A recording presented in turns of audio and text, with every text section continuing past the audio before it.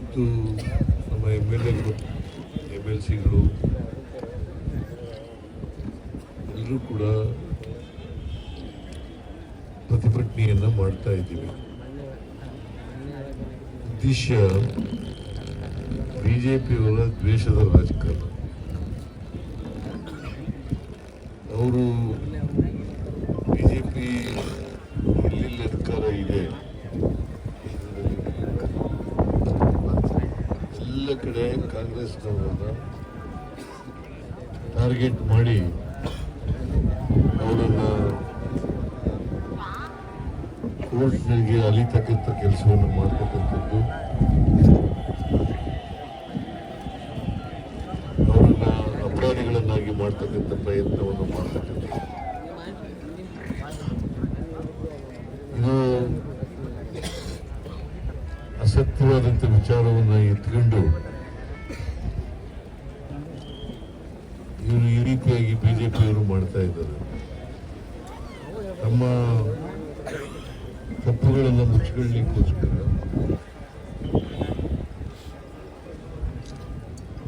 ಇವತ್ತು ದೇಶದಲ್ಲಿ ಭ್ರಷ್ಟಾಚಾರ ತಾಂಡು ಮಾಡ್ತಾ ಇದೆ.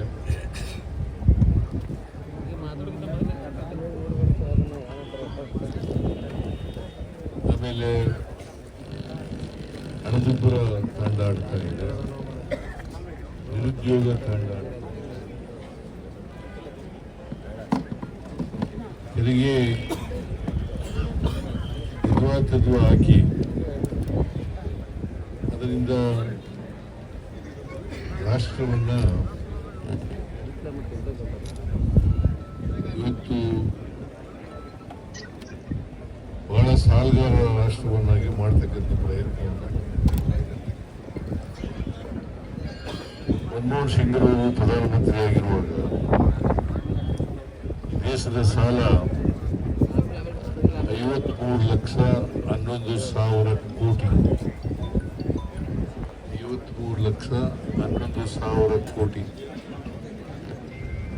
ಇವತ್ತು ಸಾಲ ಇರ್ತಕ್ಕಂಥದ್ದು ಸುಮಾರು 200 ಲಕ್ಷಗಳು.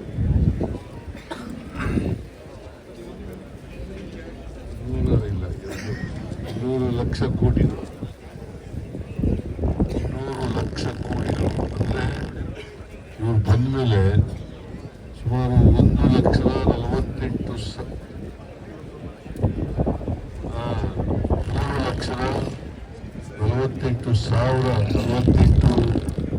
ಲಕ್ಷ ಕೋಟಿಗಳನ್ನು ಸಾಲ ಮಾಡಿದೆ. 200 ಲಕ್ಷ ಅಂತಂದರೆ ಇಷ್ಟು ನೋಡಿ.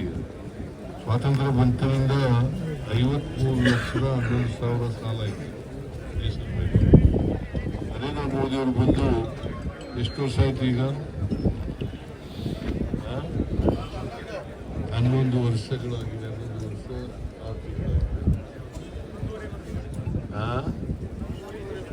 11.5 ವರ್ಷ. ಈ 11.5 ವರ್ಷದಲ್ಲಿ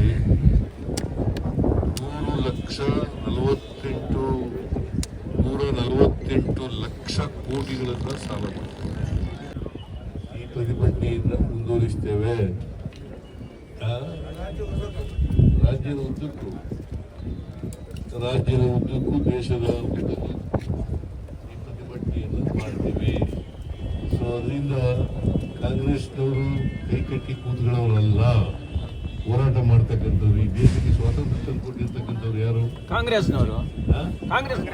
ಕಾಂಗ್ರೆಸ್ ಬಿಜೆಪಿ ಯಾವತ್ತಾರು ಸ್ವಾತಂತ್ರ್ಯ ಹೋರಾಟದಲ್ಲಿ ಭಾಗವಹಿಸಿದ್ರ? ಇಲ್ಲ. ಬಿಜೆಪಿ ನಾಯಕರು ಭಾಗವಹಿಸಿದ್ರು? ಇಲ್ಲ.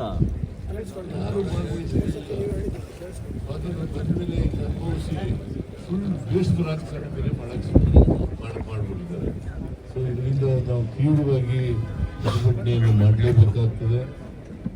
ದಯಮಾಡಿ ನಾನು ಹೆಚ್ಚು ಮಾತಾಡಕ್ಕೆ ಹೋಗಲ್ಲ.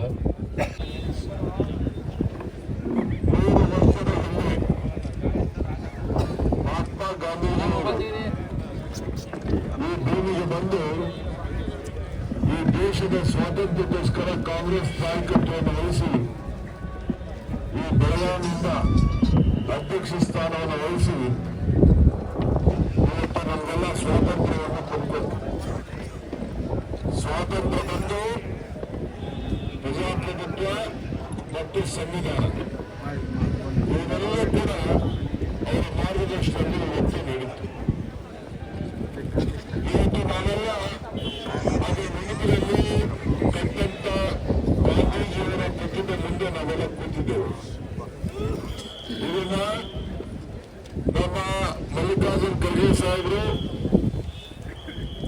ಪ್ರಿಯಾಂಕಾ ಗಾಂಧಿ ಅವರು, ಮುಖ್ಯಮಂತ್ರಿಗಳಾದ ಸಿದ್ದರಾಮಯ್ಯ ಮತ್ತು ಅನೇಕ ನಾಯಕರು ಇದನ್ನ ಉದ್ಘಾಟನೆಯನ್ನ ಈ ಗಾಂಧಿ ಪ್ರತಿಮೆಯನ್ನ ಸ್ಪೀಕರ್ ಅವರ ಅಧ್ಯಕ್ಷತೆಯಲ್ಲಿ ನಾವು ಮಾಡಿದ್ವು. ಕಾಲವರ ಅಧ್ಯಕ್ಷತೆಯಲ್ಲಿ ನಾವು ಮಾಡಿದ್ವು. ನಾನು ಯಾಕೆ ಮಾತು ಹೇಳ್ತಾ ಇದ್ದೀನಿ ಅಂದ್ರೆ, ಪ್ರತಿಯೊಂದು ಇವತ್ತು ಸಾಕ್ಷ್ಯ ಪುಟಗಳಾಗಿ ಇವತ್ತು ನಿಂತ್ಕೊಂಡಿದೆ. ನಾವೆಲ್ಲ ಇಲ್ಲಿ ಬಂದು ಮತ್ತೆ 1 ವರ್ಷದ ನಂತರ ಇದೇ ಗಾಂಧಿ ಪ್ರತಿಮೆಯಲ್ಲಿ ಸತ್ಯಕ್ಕೋಸ್ಕರ ಜಯ ಇವತ್ತು ಸಿಗಬೇಕು. ಸಿಕ್ಕಿದೆ. ಗಾಂಧೀಜಿಯವರ ಪ್ರತಿಯೊಂದು ಹೆಜ್ಜೆ ಹೋರಾಟಗಳು ಕೂಡ ಅದಕ್ಕೊಂದು ಶಕ್ತಿಯ ತುಂಬುತ್ತಾ ಇದೆ ಅಂತ ಹೇಳಲಿಕ್ಕೆ ನಾನು ಬಯಸ್ತಾ ಇದ್ದೇನೆ. 1937ರಲ್ಲಿ ಅಂದಿನ ನಮ್ಮ ನಾಯಕರಾಗಿ ಕಾಂಗ್ರೆಸ್ ಅಧ್ಯಕ್ಷ ಆಗಿದ್ದಂತ ಅನೇಕ ನಾಯಕರುಗಳು, ಜವಾಹರ್ಲಾಲ್ ನೆಹರು ನಮ್ಮ ನ್ಯಾಷನಲ್ ವರ್ಲ್ಡ್ ಪತ್ರಿಕೆಯನ್ನ ಈ ದೇಶದ ಸ್ವಾತಂತ್ರ್ಯದ ಇತಿಹಾಸಕ್ಕೆ ಪ್ರತಿಬಿಂಬಿಸಲಿಕ್ಕೆ, ಈ ದೇಶಕ್ಕೆ ಏನು ಮುನ್ನಡೆಯನ್ನು ಬರೀಬೇಕು ಅನ್ನೋ ದೃಷ್ಟಿಯಿಂದ ಪ್ರಾರಂಭವನ್ನು ಮಾಡಿದಂತ ಒಂದು ಸಂಸ್ಥೆ. ಶೇರ್ ಹೋಲ್ಡರು ಯಂಗ್ ಇಂಡಿಯಾ ಅಂತ ಒಂದು ಸಂಸ್ಥೆ ಮಾಡಿದ್ದಾರೆ. 74% ಅವರ ಕುಟುಂಬಕ್ಕೆ ಒಂದು ಆಸ್ತಿ ಮಾಡ್ಕೊಂಡಿದ್ದಾರೆ ಅಂತ ಹೇಳಿ ಸುಬ್ರಹ್ಮಣ್ಯ ಸ್ವಾಮಿ ಅವರು ಒಂದು ಕೊಟ್ಟರು ಅಂತ ಹೇಳಿ ಇವತ್ತು ಅವ್ರ ಮೇಲೆ ಮನಿ ಲಾಂಡ್ರಿಂಗ್ ಕೇಸನ್ನು ಹಾಕಿ KMLA ಕೇಸ್ ಹಾಕಿ ಇಡಿ ಮುಖಾಂತರ ಇನ್ವೆಸ್ಟಿಗೇಷನ್ ಮಾಡಬೇಕು. ನನಗೂ ಕೂಡ ಇಡಿ ಅವರು ಇದೇ ವಿಚಾರದಲ್ಲಿ ನೋಟಿಸ್ ಅನ್ನು ಕೊಟ್ಟಿದ್ರು. ದಿವಂಗತ ನಮ್ಮ ಕಾನೂರು ಶಿವಶಂಕರಪ್ಪನವರು, ಅವರ ಕುಟುಂಬದವರು, ಅವರು ಕೂಡ ಸ್ವಲ್ಪ ಹಣ ಕೊಟ್ಟಿದ್ರು. ಅವರು ಕೂಡ ಕೊಟ್ಟಿದ್ರು. ನಾವೆಲ್ಲ ಇನ್ನ ನಮ್ಮ ಅನೇಕ ಕಾರ್ಯಕರ್ತರು, ಮುಖಂಡರುಗಳೆಲ್ಲ ಸಹಾಯ ಮಾಡಿದ್ದಾರೆ. ನಮ್ಮ ಆಸ್ಕರ್ ಪಾಟೀಲ್ ಅವರು ಕೂಡ ಇದಕ್ಕೆ ಬೋರ್ಡ್ಗೆ ನಮ್ಮ ಕರ್ನಾಟಕ ರಾಜ್ಯದ ಡೈರೆಕ್ಟರ್ ಆಗಿ, ಶೇರ್ ಹೋಲ್ಡರ್ ಆಗಿ ಕೆಲಸವನ್ನು ಮಾಡ್ತಾರೆ. ಈಗ ನಿಮ್ಮ ಪಕ್ಕದಲ್ಲಿ, ನನ್ನ ಪಕ್ಕದಲ್ಲಿ ಮುಖ್ಯಮಂತ್ರಿ ಇವರು ಮುಖ್ಯಮಂತ್ರಿ ಆಗಿ ಕೆಲಸ ಮಾಡ್ತಾ ಇದ್ದಾರೆ. ನಾನು ಇರಿಗೇಷನ್ ಇಲಾಖೆಗೆ ನಾನು ಕೂಡ ಕೆಲಸ ಮಾಡ್ತೇನೆ. ಅನೇಕ ನಮ್ಮ MLAಗಳೆಲ್ಲ ಇಲ್ಲಿ ಗೋಲ್ಡ್ ಕಾರ್ಪೊರೇಷನ್ ಕೆಲಸ